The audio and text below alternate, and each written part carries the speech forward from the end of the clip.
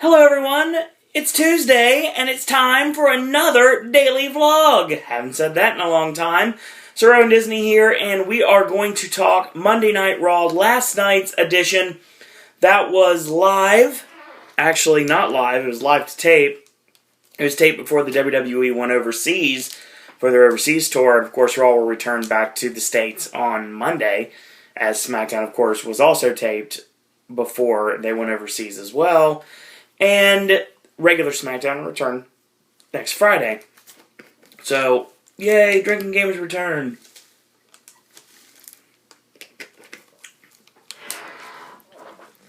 Oh, if you were curious, this is how I get my the Crystal Light drinking game. It's old Gatorade bottles. So yeah. Blueberry pomegranate, if you're not curious. I'm sure you probably figured that out just looking at it. So, we're going to talk a couple things. First off, very sorry I was not able to get a hold of Ben and Will tonight. Needless to say, or last night in this case, there was a little bit of a complication. Hopefully, everything is okay. Nothing's bad that I know of. I don't know what's exactly going on. All I know is that Ben was not able to make it tonight. Ergo, Will's not able to make it. So, hopefully, we'll be able to get them over here next Monday to film. So, a week from yesterday, we're going to have, hopefully, another Will tutorial coming out and some more Ben content. But I do have another Ben video to put out for you guys. I have two of them, actually. And one of them will be released this week, and one of them will be released next week. So that's a good thing.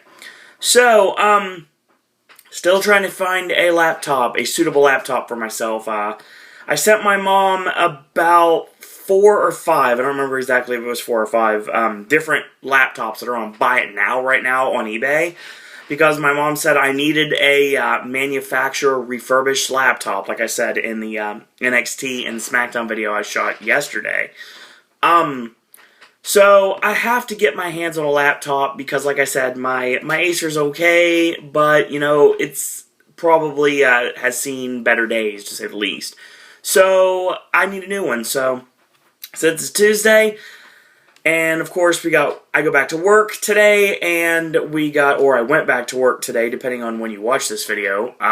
Time travel. I haven't said that in a while either. So needless to say, we'll go back to work and get off at 5, go to B-Dubs, come back here, and I'm gonna chill for the night. So that's always that.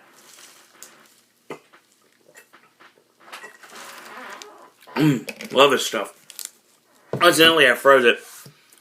There's nothing I like more than frozen beverages. Obviously, everyone knows I love my frozen lemonade, but I can't really create it, and I didn't want to waste one of my awesome cups of Minute Maid frozen lemonade. So what I did was, I took a half-gone bottle of blueberry pomegranate G2 Gatorade, and I stuck it in my freezer for the duration of Raw, and after Raw was over, I got it out, and the slushy consistency is exactly what I wanted, so that's exactly what I got, so yeah. Oh, once again, I mentioned the way back. I mentioned the way back on yesterday's video. Way back is coming this weekend to Athena Grand that we know of. It may come to Athena Cinema as well. Like it said, like AJ and I were talking about the other day on Sunday when we came back from Athens. Basically, it may be another Spring Breakers, ergo that if they get it at both the Grand and the Cinema as well at the same time. So, who knows what's going to happen with that. Did find out officially that we are getting jobs. Now, obviously, it makes sense we're getting jobs given the fact that it's open road, and of course, Regal owns open road. That's the reason why it was a guarantee we're getting jobs. Jobs actually will be officially announced on Fandango.com as an advance sale. So, an advance booking for Jobs, which of course, I'm not talking about Jobs, I'm talking about the Steve Jobs biopic starring Ashton Kutcher. That looks amazing, by the way. So, we got that coming up. Percy Jackson Tin Cup, I know it's an inside joke, yeah. Basically, okay, I'm going to throw this out here right now in this video, and it's weird that I bring this up here, that I don't bring it up in one of the movie videos, but sometimes I just have to talk about different things. So,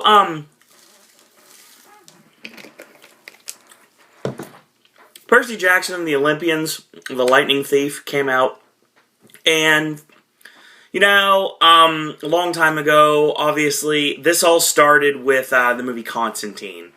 A very forgotten Keanu Reeves and Shia LaBeouf movie. And the line was, Constantine, asshole. So, eventually, I decided I wanted to start calling the video, I hated Paul Blart Mall Cop. I think it was one of the worst pieces of garbage I've ever seen in my life. So, I changed the wording, and I changed it. Instead of Constantine, it was Paul Blart, asshole. So that was the inside joke. Well, Percy Jackson came out. This isn't disrespect to Percy Jackson. I actually like the movie. But, basically, there's a movie that came out a long time ago with Jim Caviezel in it. It was a golfing movie called Bobby Jones' Stroke of Genius. Well, I ended up calling this Percy Jackson Stroke of Genius. That's what I call the Lightning Thief. And the new Percy Jackson, I thought we'd call it Percy Jackson Tin Cup. And if there's a third Percy Jackson in the Olympians film, it's going to be called Percy Jackson Caddyshack. I don't know why Percy Jackson is down with golf, but that's just how it worked out. So yeah, Percy Jackson is coming to my theater as well, and so is Planes. So I'll be building those in the next couple of weeks, so that'll be fun. So Mom is still 4 hours away at this point, which means, full disclosure, this video is actually being shot at 11:30 on Monday night, so time travel. It's Tuesday. Forget everything I just said. So yeah, that being said, it's probably about 7:30 right now where she is. So I sent her that list of refurbished laptops, and hopefully she gets back to me and tells me which one to pick.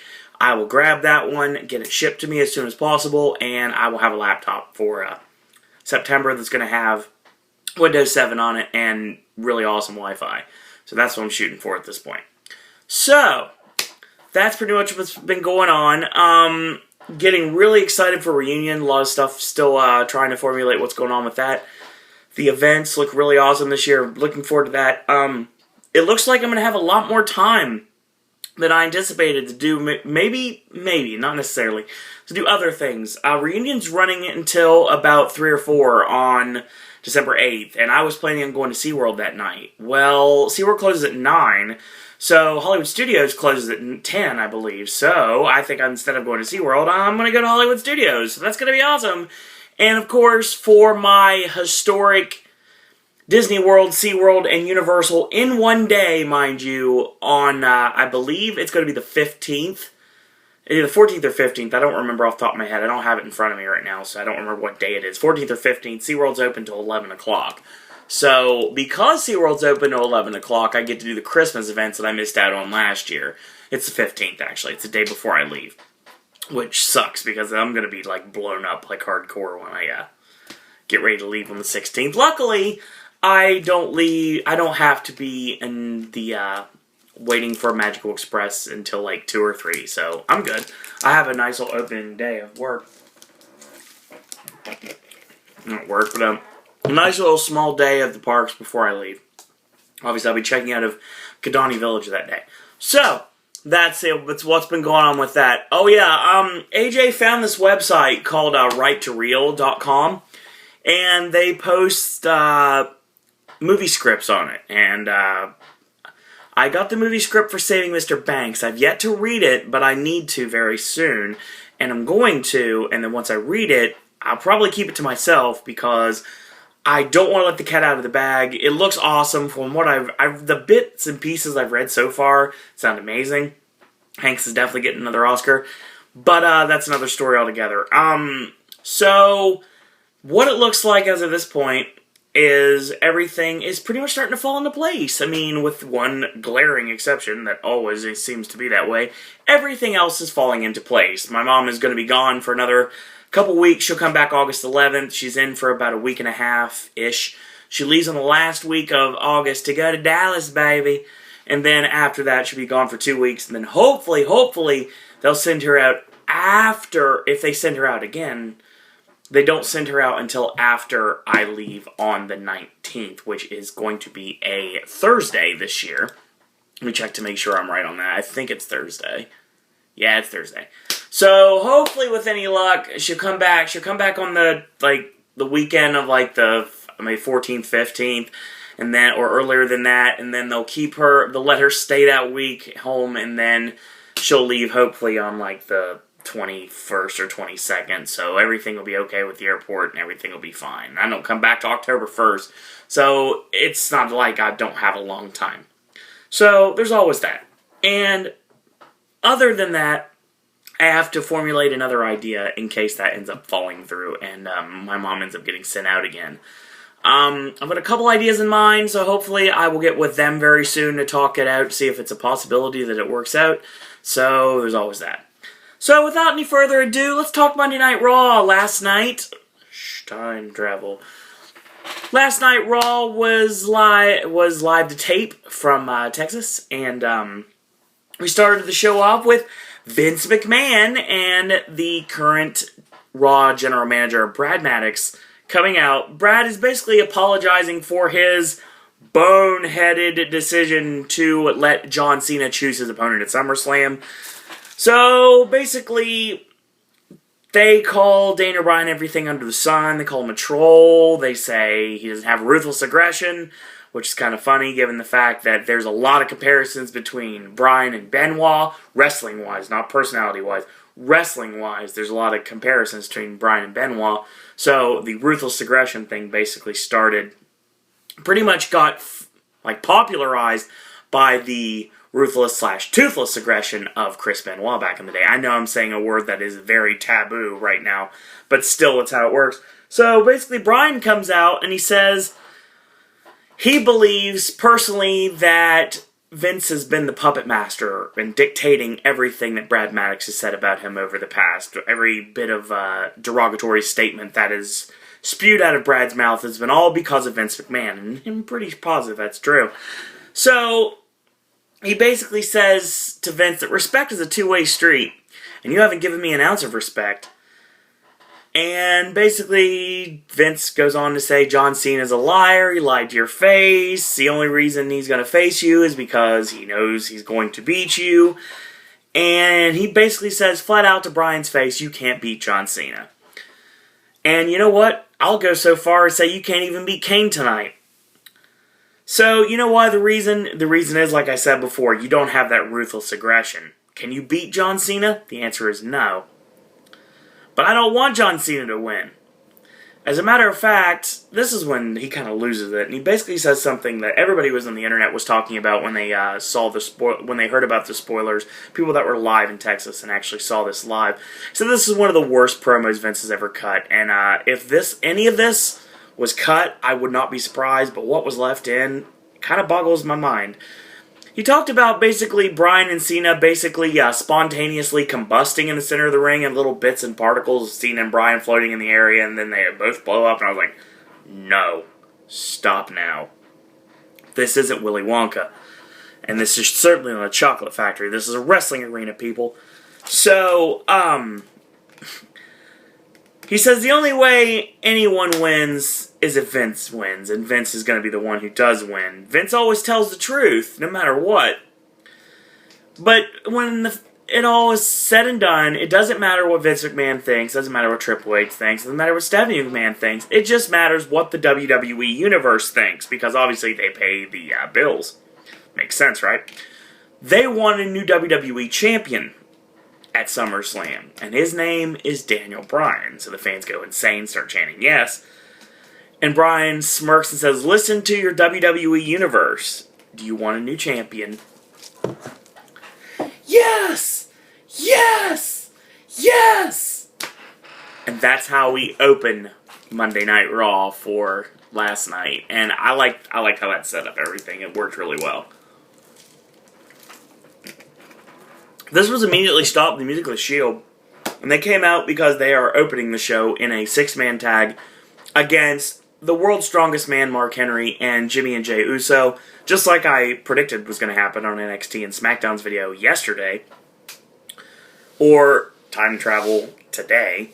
So, basically, Mark Henry goes for a big-time elbow drop on Dean Ambrose. Ambrose is out of the way, makes a hot tag to Roman Reigns. Roman and, oh, this is awesome, by the way. So both Ambrose and Rollins go for a double leg sweep, and Mark Henry just swats him off, double clotheslines him over the top rope to the floor, and then Roman Reigns goes to attack, and Mark Henry's like, yep, you're going over too, and tosses him over the top as well. So double tope by the Usos on Ambrose and Rollins on the floor. So we go back to live action, and we get back from commercial break, basically. There's a chinlock on Jey Uso, and a big sunset flip on Seth Rollins, tagging this Roman Reigns. Reigns comes in, pounds away on Jey, and locks an arm bar on him. Like a step-over arm bar, basically, is what it is. So, a spinning boot scrape, and tagging to Dean Ambrose, the U.S. champion, comes in and locks on a modified crossface chicken wing. So he charges in, goes shoulder first to the ring post, tagging to Seth Rollins. He nails a leaping kick on Jimmy Uso, catches him sleeping on the ring apron, knocks him off. He goes to turn to attack Mark Henry. Henry's like, bring it, boy. And of course, he doesn't do that. And basically, back body drop by the Uso, tagging to Mark Henry. He comes in, two big clotheslines, and an over-the-shoulder power slam.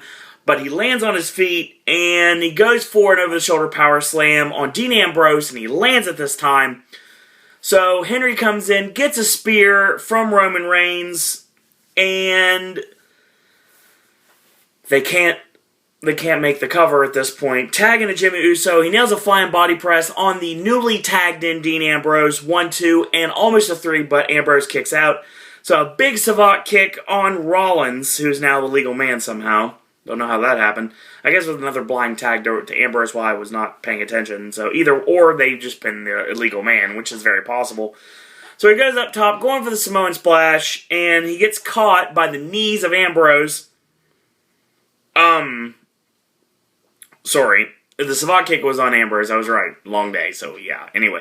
Savate kick on Ambrose, and they go up top, and he dives off a Samoan splash. Ambrose gets the knees up. There you go. That's what I was looking for. Justice is served, plants him for the 3 count, and the Shield win again. After the match is over, Mark Henry takes his frustrations out on all 3 members of the Shield, eventually depositing all 3 of them over the top rope to the floor. So that's how we go with our first matchup of the evening.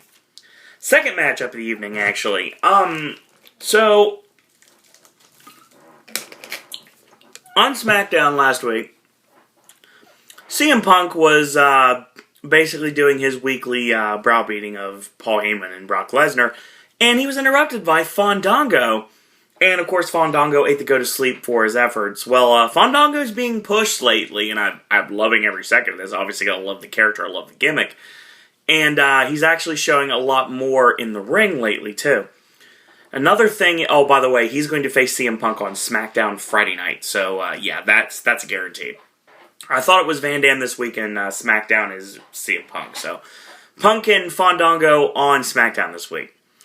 So, this week, it's going to be Fandango taking on Mr. Monday Night, Rob Van Dam. This match was actually really good. Good back and forth for a while. And Fandango ended up catching Van Dam with a... he comes in to dive, and Fandango catches him with that leaping back heel kick to the back of the head of Van Dam.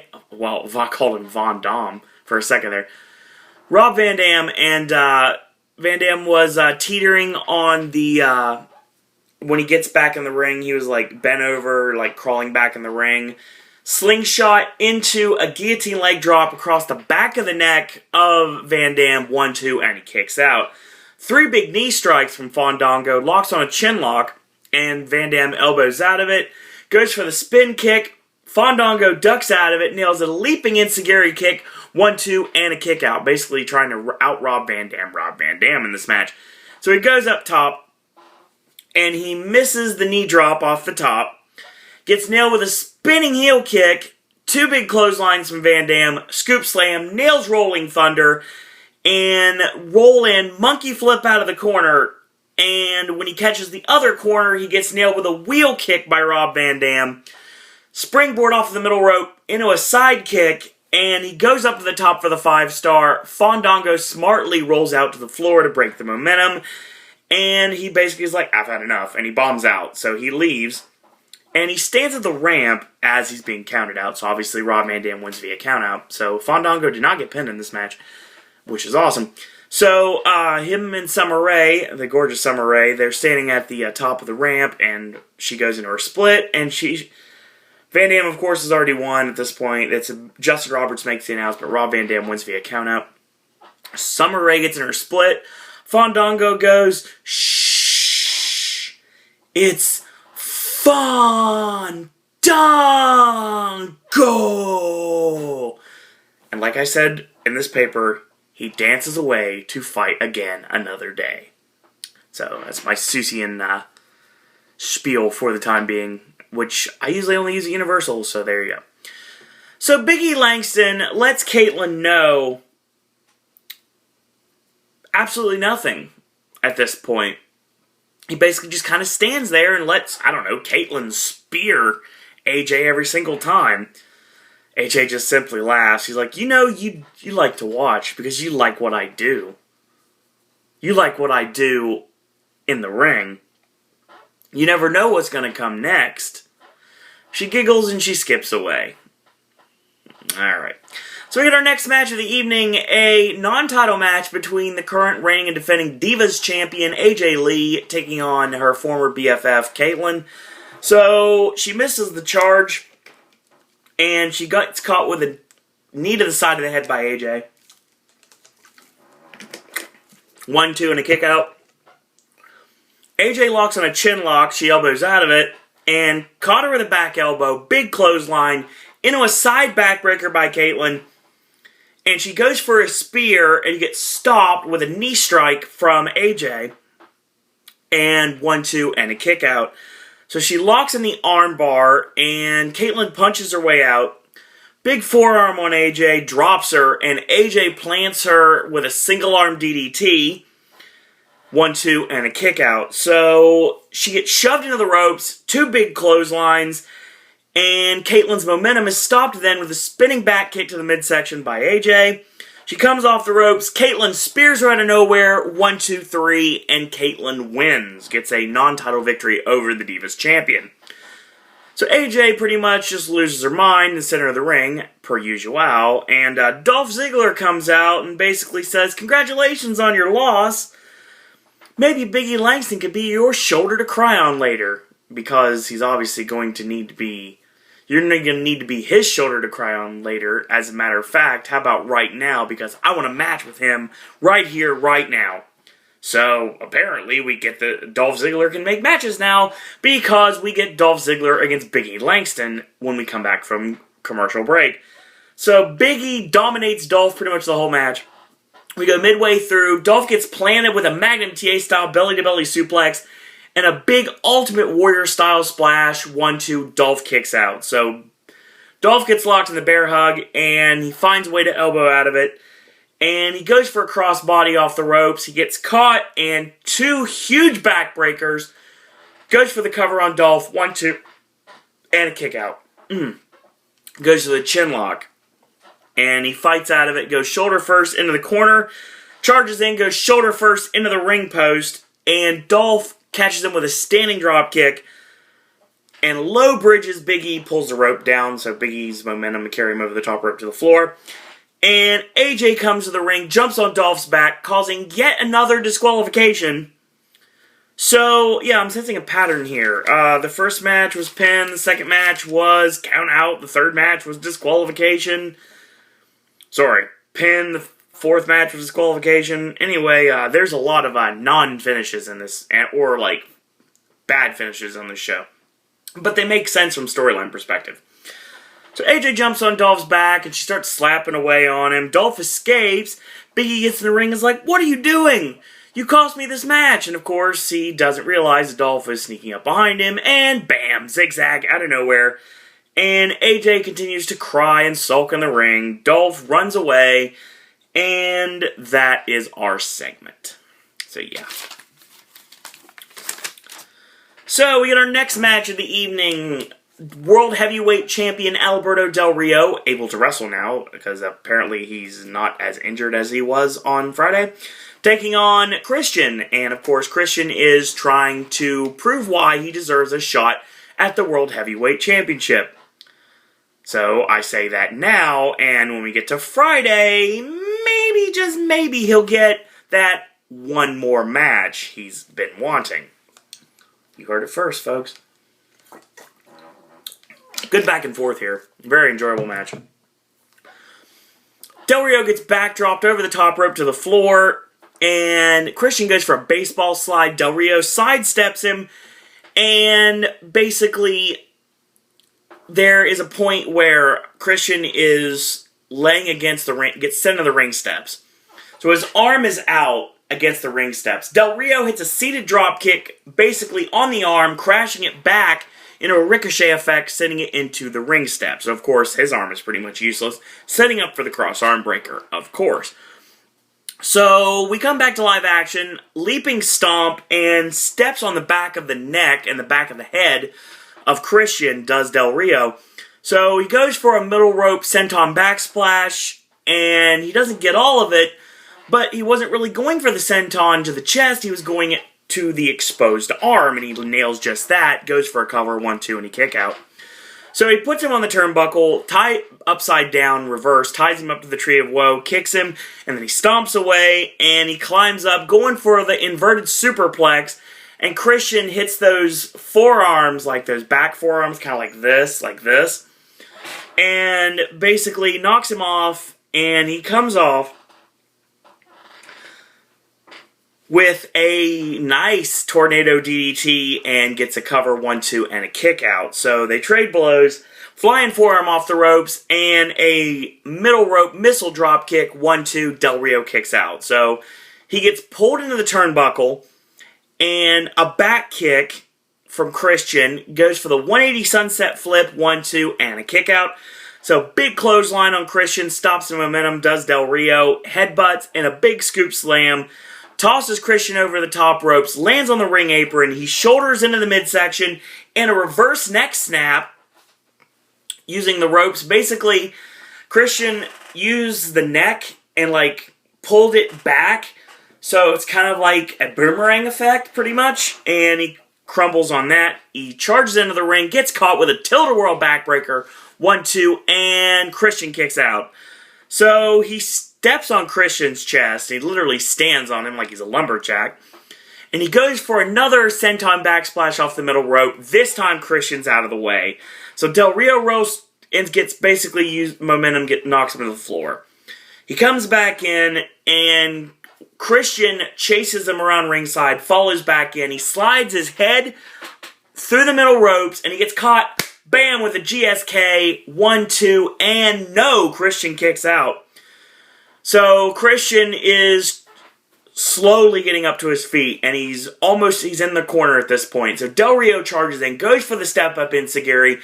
Christian ducks out of the way, goes for the kill switch, gets countered in the cross arm breaker, and the second he lands it, it gets countered again, roll into a small package, 1-2-3, and Christian beats the World Heavyweight Champion in a non-title match. The second time this has happened this evening, since obviously Caitlyn beat the Divas Champion in a non-title match, thus proving both people should be getting title shots in the near future. I'm pretty sure that's going to happen.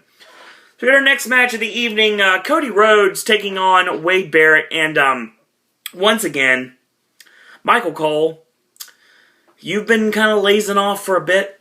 You have, I'll give you that. But you know what? For the last several months, you have been calling the disaster kick, the disaster kick, the disaster kick. And every single week, on either SmackDown and NXT recaps, or on this very Raw recap, or even the WWE pay-per-view recaps, I have always been calling it the beautiful disaster. Tonight on commentary, you called it the beautiful disaster. Thank you again, Michael Cole, for being a fan of pop. We appreciate it. So, Barrett clotheslines Cody over the top rope to the floor and sends him into the steps, sends him into the announce table at ringside, tosses him back in, and plants him with a nice butterfly suplex. But Cody kicks out at one, and sends Cody chest first into the middle turnbuckle and picks him up in a slingshot backdrop into a backbreaker, Roderick Strong style, 1-2, and Cody kicks out. So Barrett with a chin lock, Cody punches out of it, and whip in, reverse, charges in, caught a back elbow. Cody goes for the standing moonsault again. Once again, barely connecting. Sets up for the Bob Holly kick.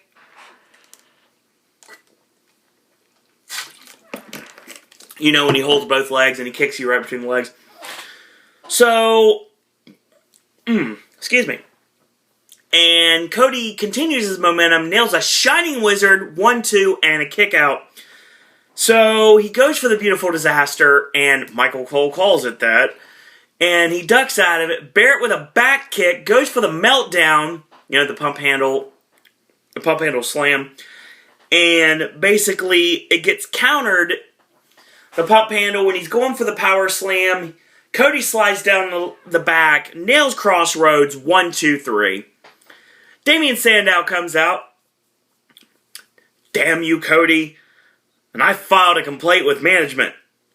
He basically says that his family are scholars, and basically he says that Cody's family are a bunch of clowns, and simply puts it, Carney folk are beneath my constitution. You're welcome. God, I love Damien Sandow. It's too much of a shame he's going to be the next person that's not going to cash in Money in the Bank. Sad panda. Get our next match of the evening, which is going to start the 10 o'clock hour of Raw, actually. Daniel Bryan, the MVP of the WWE, taking on his former tag team partner in Hell No, the Big Red Monster, Kane.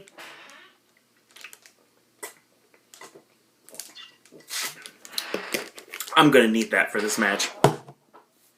So, snap suplex on Daniel Bryan, makes a cover, 1-2, and a kick out, goes for the neck crank. Bryan elbows out of it. Of course, it's Daniel Bryan we're talking about. Like, you really think he doesn't know a counter to a submission hold.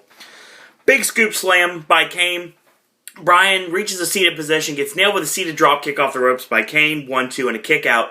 Drops an elbow, and then he drops a second one, makes a cover, 1-2, and a kick out. Back to the neck crank. Again, Bryan elbows out of it.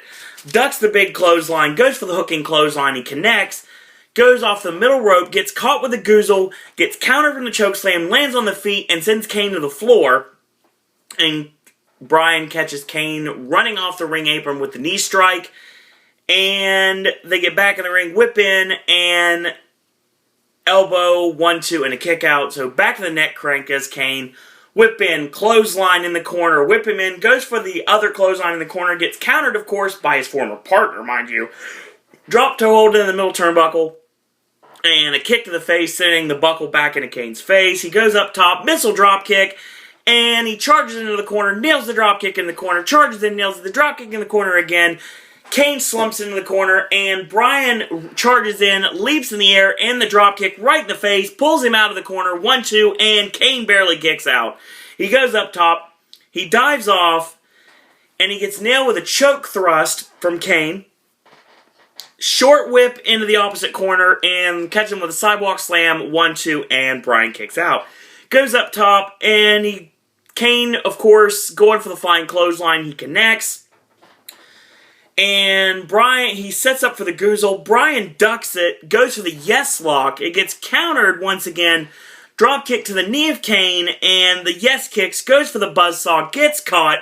When he gets caught, he goes for the goozle, and just like with Antonio Cesaro last week on Raw, he floats over like a feather, rolling Kane up into a small package, 1-2, and 3. Daniel Bryan wins. But after the match, Kane is still beside himself, and to the boos of the crowd, he choke slams Daniel Bryan straight to hell.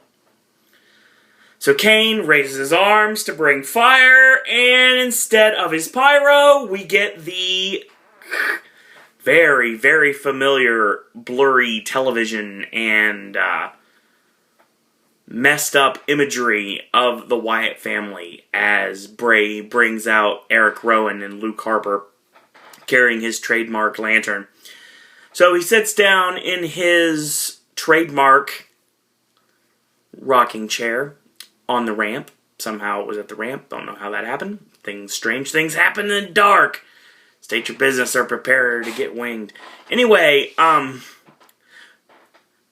who's that wandering around in the dark? Bray Wyatt. So basically he sits in there, and of course he blows out the LCD lantern. Yeah, I know. I get it. Everybody talks about it. Harper and Rowan go to attack Kane. Kane smartly slides out of the ring and goes to attack Bray Wyatt. He goozles Bray, trying to basically cut the head off the snake. And what happens is he gets jumped by Harper and Rowan, and they pretty much beat the daylights out of him. They toss him back into the ring. And basically, Kane ends up fighting both men off momentarily, and he spends a little bit too much time with Eric Rowan, gets caught with a ginormous big boot out of the corner from Luke Harper, and that pretty much lays Kane out.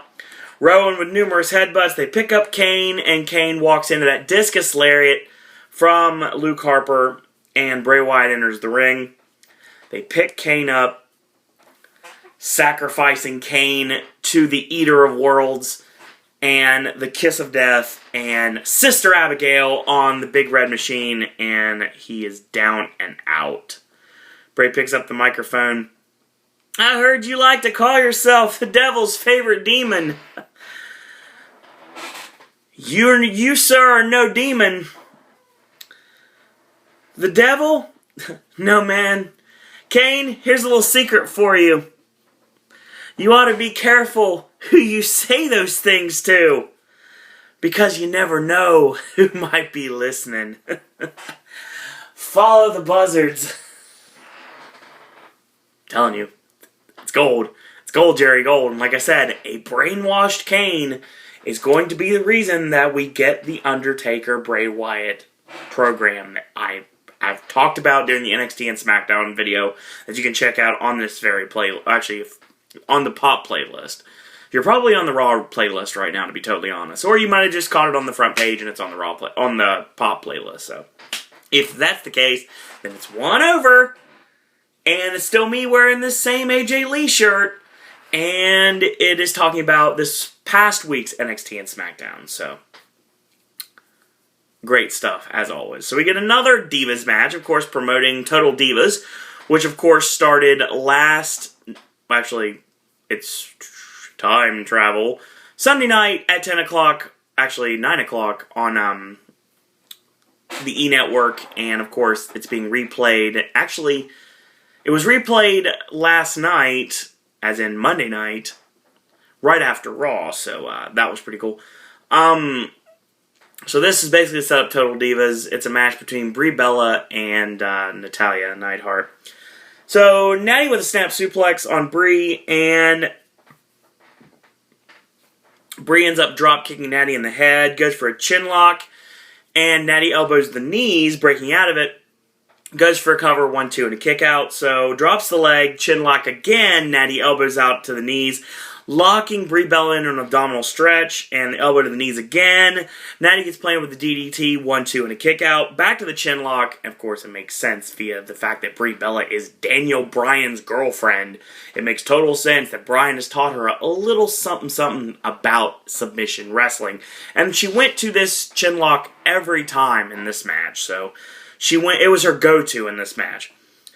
So, she goes for the chin lock again, and this time Natty snapmares out of it, and a boot in the midsection, an open hand slap right to the face, and a spinning body slam, drop kick, whip in, reverse, and gets caught with a kick to the chest, big clothesline, 1-2, and a kick out. So, Natty sits up for the sharpshooter, and all of a sudden you hear this wheezing in the background, and it's Nikki Bella with either what appeared to me as a duck call that a hunter would use.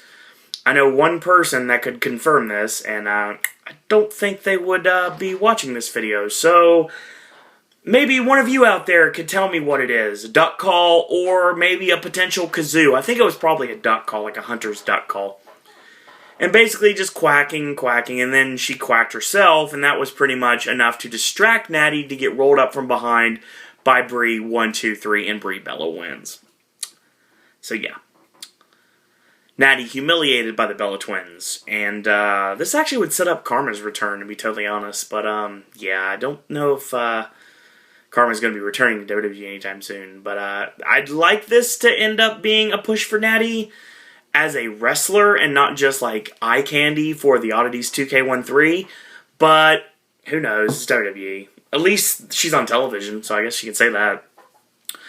Our next match of the evening, yet another non-title match between the Intercontinental Champion Curtis Axel taking on R-Truth. So, midway through the match, R-Truth nails the hat rack crack for a 1 count. I remember in this match, that used to finish people, and Axel kicked out at 1. So, he goes for the axe kick, Axel sidesteps it, goes for a clothesline, Truth ducks, and of course the clubbing blow to the back of the neck, and pushes him into the ropes, caught a standing drop kick, and nails what is now referred to as the hatchet. CM Punk runs out and tosses Axel to the barricade on the floor. He goes after Heyman, and Axel stops him again, and they brawl for a second, and he gets his hands on Heyman, and basically Curtis Axel comes in to try to jump Punk, and he gets clotheslined over the barricade into, Justin Roberts' little section, little timekeeper section. And Paul Heyman uses that opportunity to run away like the wind. So that is the segment. This is what happens when we don't have Brock Lesnar on the show. We get stuff like this. So Punk doesn't even wrestle tonight. He just came out and jumped Curtis Axel. Either way, it basically is better to... if you're Paul Heyman right now, obviously you're trying to put everything you have into Curtis Axel. Given the fact that Brock Lesnar's off television at this moment, obviously, he's only on a very limited schedule to promote SummerSlam. He'll return in the next few weeks. Obviously, we're a few weeks away from SummerSlam, so, yeah, it's weird that it's already the 29th, sorry, it's already July 30th, and given that we have 2 days left until the 1st of August, and that's awesome, because that means that, yeah, we're very, very close, I believe. Let's see if I got this correct. I gotta make sure I've got this. Days Until... Where is Days Until? Easy Surf. Yeah, I like this. I love knowing when I'm gonna be home again. This is a really awesome thing. We are, as of this moment, we are 51 days and counting away, so... I'll find out in a couple days if I'm going to have magic bands or not, so fingers crossed. Get our main event of the evening, which is a tables match, and yeah, okay, whatever. It's just your normal dark match main event that finishes out each show, each Raw, and they brought it to television, so yeah.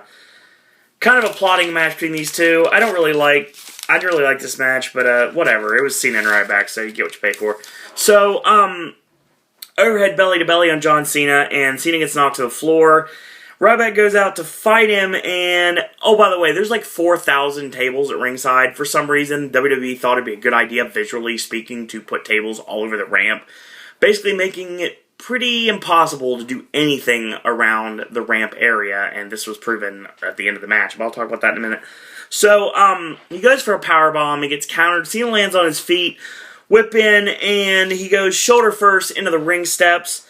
So he picks the steps up, he puts them in the ring, does Ryback, and he gets rammed into the steps, and then he gets rammed into the barricade, then he gets rammed into the ring apron. So Cena goes to the table, and he lays it across the steps, one side of the steps, which are now broken apart, obviously, and the ring apron, very ECW style, given the fact that ECW Unreleased, actually, 2 comes out today, it makes total sense that they would do this. So, yeah. I hate it when the paper folds. It drives me insane. So, basically, goes for a suplex, try to put Ryback through the table. Gets blocked. Ryback snaps suplex Cena on the floor. And he walks over Cena's chest, gets another table, puts it back in the ring. So he tosses Cena back in, gets caught with a drop toe hold into the STF. Ryback crawls to the ropes, of course, understanding there's no rope break. But he leans out of the ropes, allowing that to make Cena break the hold, and he goes to the floor. So Cena tosses a table down at Ryback, who rolls under the ring and crawls out on the other side to keep from getting hit by the table. Obviously, that would have been the win for Cena, maybe. He did technically get hit by the table, but I don't know if that necessarily would end the match, but who knows. So, anyway, Ryback ends up spearing John Cena right in front of the fans, especially the ones chanting Goldberg. Nails Cena with the steps right to the top of the head. Gets another table, lays it between the apron and the other set of ring steps. So, he goes for a power slam, and they knock the table over, and Cena gets gorilla pressed, and he throws him over, and he lands on his feet, so they're basically fighting over the table, like there's a stalemate at this point. Ryback picks the steps up, breaks the table, and basically is like, I broke your line, it's time to fight. So basically they grab 2 steps, and they charge at each other, and they throw the steps, and the steps collide with each other. That could have went really bad if they did that wrong. So, they get back in the ring, and the ring steps are in the ring because they were put in there, obviously. They protobomb on the steps, and a 5-knuckle shuffle. Cena goes out of the ring, gets another table, and Ryback plants him with the backpack stunner, which we don't see very often. His old Skip Sheffield finish. And sets the table up in the corner, so you know exactly where this is going. And if you stop me if you ever heard this one before. So the meat hook, he ducks the second meat hook, and he gets caught, AA, through the table, in the corner. That's the end of the show. So yeah, John Cena wins. So, Daniel Bryan comes out through the plethora, El Guapo, of tables surrounding the ramp, and he's doing his yes, yes, yes, like he always does. He gets up in Cena's face, actually first he goes to the table, grabs the WWE Championship, gets in the ring, and he goes to hand it to Cena. Cena goes to grab it, and Bryan takes it away, proclaiming that this will soon be mine. Cena basically snatches it from him and says, you got a long way to go. And he gets up in Cena's face and starts doing his yes chants to the entire crowd, doing it with him, right up in Cena's face as we fade to black. So that was Raw tonight, or last night in this case. What we learned today, boys and girls? Well, learned that apparently Raw takes 3 pages and SmackDown takes less than 2. Interesting. I actually wrote a lot more tonight. That's why the promos were a little bit more verbatim than they usually were. They were the last couple of times. I'm trying my best not to waste so much paper because I don't know how much I have. I have 2 notepads left, and otherwise I got these really long notepads, and it'd be a big pain to try to read those. So that makes it harder. But who knows? I might have to try that before too long. Basically, it is known that, storyline perspective, Vince McMahon does not think Daniel Bryan is worthy a shot against John Cena at SummerSlam for the WWE Championship. And he lets it be known of that fact by coercing new Raw General Manager Brad Maddox into basically making Bryan jump through hoops. You know, the same kind of hoops that Steve Austin had to jump through back in the day. Anyway, it was a good opening, enjoyable for what it was. Good opening match, actually, between The Shield and Mark Henry and the Usos. Continuing Mark Henry's descent into babyface status. And The Shield steal the win, and that was awesome. And The Shield continue their dominance in the WWE. And I'd say we're probably not seeing the last of this match. Maybe it was a one-off. I doubt it. Who knows? There's not really any tag teams left that could challenge The Shield. I'm looking at the Wyatt family right now as the next challengers for The Shield. But obviously, in order to do that, they're going to have to just go through the Usos first. But right now, they're trying to get rid of Kane or get Kane to go over into the dark side. But we'll talk about that later. Fandango's getting pushed, whether you like it or not, and he actually had a really good match against Rob Van Dam. It was actually an excellent match against Rob Van Dam. That was stopped, obviously, by Fandango not getting hit with a 5-star. He pretty much just left. He danced his way to fight another day. That's awesome. We tease the sexual tension between AJ Lee and Biggie Langston. Of course, that goes nowhere like it always does. Kaitlyn ends up beating her former BFF in a non-title match. Of course, that means she's probably getting a title shot at SummerSlam, if I had to guess. Some sort of a stipulation match. I'm not exactly sure what the stipulation would be at this point. But, I mean, I guess the stipulation could be hair versus hair, but, I don't think WWE would go that direction again, and I can't imagine either one of them being bald, so that's not the direction you go. You go with some sort of like a strap match or something. Anyway, some sort of stipulation between Kaitlyn and AJ will probably happen at SummerSlam. Another match that will definitely happen at SummerSlam, Biggie Langston and Dolph Ziggler. They had pretty much a run-through of what's going to be potentially their match at SummerSlam. Dolph getting thrown around like a rag doll like he does so well, playing the sympathy with all the WWE Universe, ends up winning the match via disqualification when AJ comes in and jumps on his back, and AJ, of course, throws a temper tantrum. Dolph ends up stealing the show yet again with a zigzag on his former heavy B. Langston. Again, I said that first, Michael Cole. So, Christian beats Alberto Del Rio in a really good match. So, of course, showing why Christian needs to have one more match with the World Heavyweight Championship on the line. And maybe, just maybe, Christian will be that person challenging Alberto Del Rio. We'll find that out on SmackDown in a couple days.